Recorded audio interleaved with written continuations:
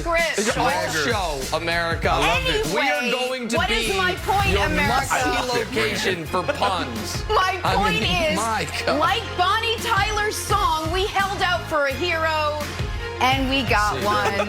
Celtics Heat Game 4. Tyler Herro played hero. That is a true story, though no one will believe it. He scored a Heat rookie record 37 points last night, passing Heat legend Dwayne Wade for that honor. He was hitting everything for Miami. Meanwhile, for Boston, it doesn't help that Jason Tatum scored 0 points in the whole first half. He put in 28 in the second half. By then, this game was it was too late. He'd get the win thanks to the red-hot rookie Tyler holding out for a hero. D-Wade taking to Twitter after the game, saying his own rookie scoring mark was a great record while it lasted. Here's Jimmy Butler now on rookie Tyler Herro's big night. I mean, that's my guy. I think the world knows that. I think so highly of him, man. And it just goes to show the type of guy that he is. You know, he's always willing to give the credit to somebody else. But he's done this. He's worked at it. He studied the film. He's the one that's in the gym. He's the one that's communicating like a vet to the vets. He did that. I didn't do it. Nobody else did it. Spo didn't do it. We pump him with a lot of confidence. And I think he pumped himself with twice as much confidence. And he goes out there and he performs, man. And that's on him. That's on nobody else. He's done that. All right, Nick, let's start with you. The second line is, I'm holding out for Herro till the end of the night. That's the second line, and it worked perfectly. Tyler Herro till the end of the night was the team's hero. How impressed were you with Tyler Herro last night? All right, Wilds, you laughing and Wilds laughing genuinely and Brandon laughing politely is Jenna, only like, encouraging put as many her. puns There's as no possible. more. What's You gotta the stop. song? That's what he Who's the said. artist? Nothing. Kevin said We have to talk about the game. Tyler Herro puns. Okay, go. We have to talk about the game. We have to talk about the game. I will stay as on brand as Jenna with archaic 80s musical references by giving you some statistical history for what we just saw. Okay. Quite simply, guys, that never happens. What we saw last night, a rookie this deep into the playoffs having that type of game never happens. In the last 50 years, the only rookies to do something like this deep into the playoffs are the third and fourth greatest players of all time, Kareem Abdul-Jabbar and Magic Johnson.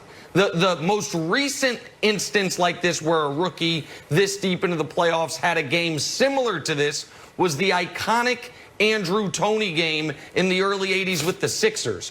You never see rookies in the playoffs, deep into series, or deep into the playoffs, I should say, do what Tyler Herro did. And this is the first instance where I think what we are seeing real effects of the quarantine. And by that, I mean this. Is Tyler Herro still actually a rookie? And I think you can tell which guys in the 4 months away from their teams got in the lab and said, you know what? I'm going to come back for the postseason run as a second-year player. Because that's what we saw last night. We saw a guy who clearly was another late lottery or mid-round steal by the Miami Heat. They got Bam Adebayo around this draft spot. Then they got Tyler Herro around this draft spot, both from Kentucky. And a guy who made, because he did play well early in the season, but there's a reason he wasn't even first-team all-rookie. And then he comes out and he has the game of his life, Brandon, in the most critical game of his life up to this point. It was spectacular, it was borderline unprecedented, and it presents major problems for the Los Angeles Lakers when these two teams end up meeting in the NBA Finals, Brandon. Yeah, I thought it was impressive as well. You said something interesting. There's three types of rookies, right? You're breaking down, you know, it's never been done before. When you go back 50 years, you just don't see this from rookies.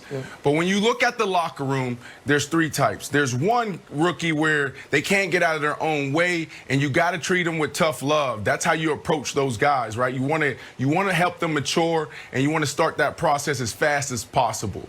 And then the second rookie is a guy that just really can't help you. So he just stands in the side of the locker room, and you really don't talk to him as much. And then there's a guy like Herro, where he comes in right away. He earns the trust and the confidence of your squad. You heard Jimmy Butler say it. Like look, this is my guy. We love him. He's done the work. So you can tell that he was that guy that came in right away, earned the trust of his locker room, earned the trust of his coaches, and we're seeing it develop throughout this series. But you're also, if you look at it throughout the entire play in the bubble, this has been a guy that's taken big shots and big moments.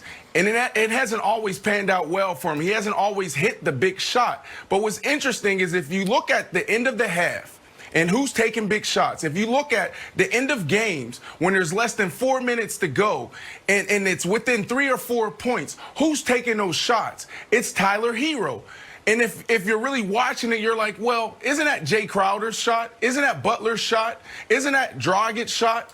But it's this guy that's standing up in those moments saying, I can take this pull-up three. So Tyler Herro was somebody that I've been watching throughout this play in this bubble, in this restart, because of his confidence and his swagger. We're seeing this guy stand up in big moments time after time after time. And last night was just a perfect example of a guy just sticking to the process and finally finding the bottom of the net. So I think it was impressive, Wilds. I'm not surprised. I think there's people in Miami that was shocked that they took them at 13, but no one's surprised to see him develop the way he has in the bubble. Yeah. Nick, you know there's a Foo Fighters song called, lyrics go like, there goes my hero. Why is he on second team All-NBA and not first team? And it's because they just vote on it as a regular season award. And no, it is. It's in the album cut. You might just be listening to the single. In any event.